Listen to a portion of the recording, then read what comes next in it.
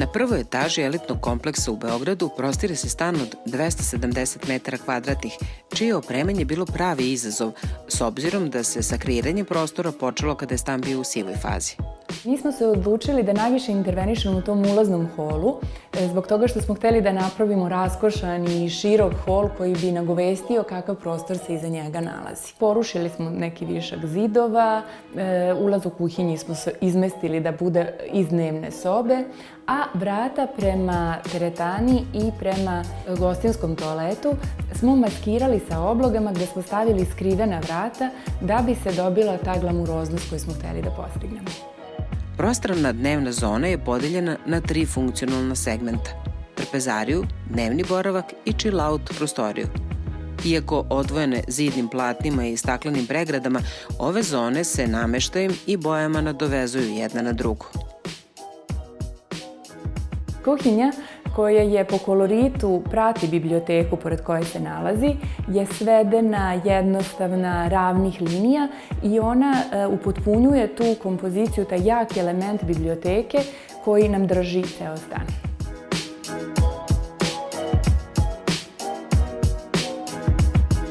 Tonalitet koji je zastupljen u ulaznom holu provlači se i u ostatku dnevne zone.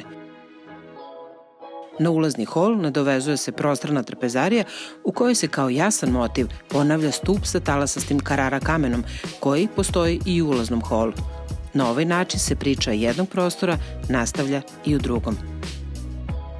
Sve su tako neki fini tonovi koji se nadovezuju, koji onako prave zaista jednu finu, elegantnu, lepu atmosferu. Stan je organizaciono jasno podeljen na dnevnu i noćnu zonu.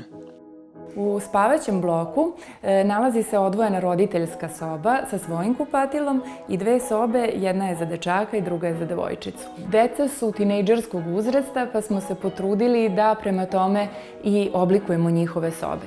Kao glavni motiv u sobi dečaka za tapet je izabran slon, čime je soba prilagođena trenutnom uzrastu dečaka, dok je u sobi za tinejdžerku zid uz koji su smešteni krevet i kutak za šminkanje upotpunjen tapetom sa orhidejama u ciklama boje.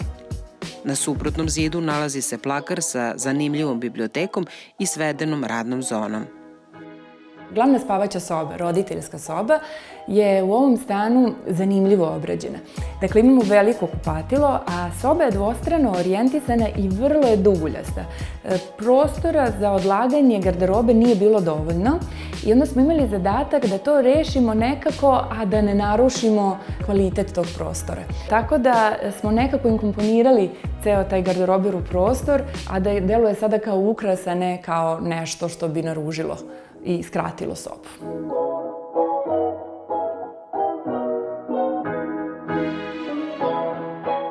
Jedan od prvih zahteva koje smo dobili od investitora jeste da se u okviru dnevne zone pojavi neka chill-out zona gde bi mogli da se povremeno povuku, slušaju drugačiju vrstu muzike, osame, opuste i sl. Mi smo to ispoštovali, trudili smo se da transparentna bude pregrada između ta 2 prostora, čak i taj prostor gde će doći kamin, da onako se sagledava šta se dešava iza, a opet da bude zvučno izolovan prostor. Nekako razvojem projekta i celom pričom i sa investitorima i razrađujući detalje, mi smo u stvari dobili da je ceo stan chill-out.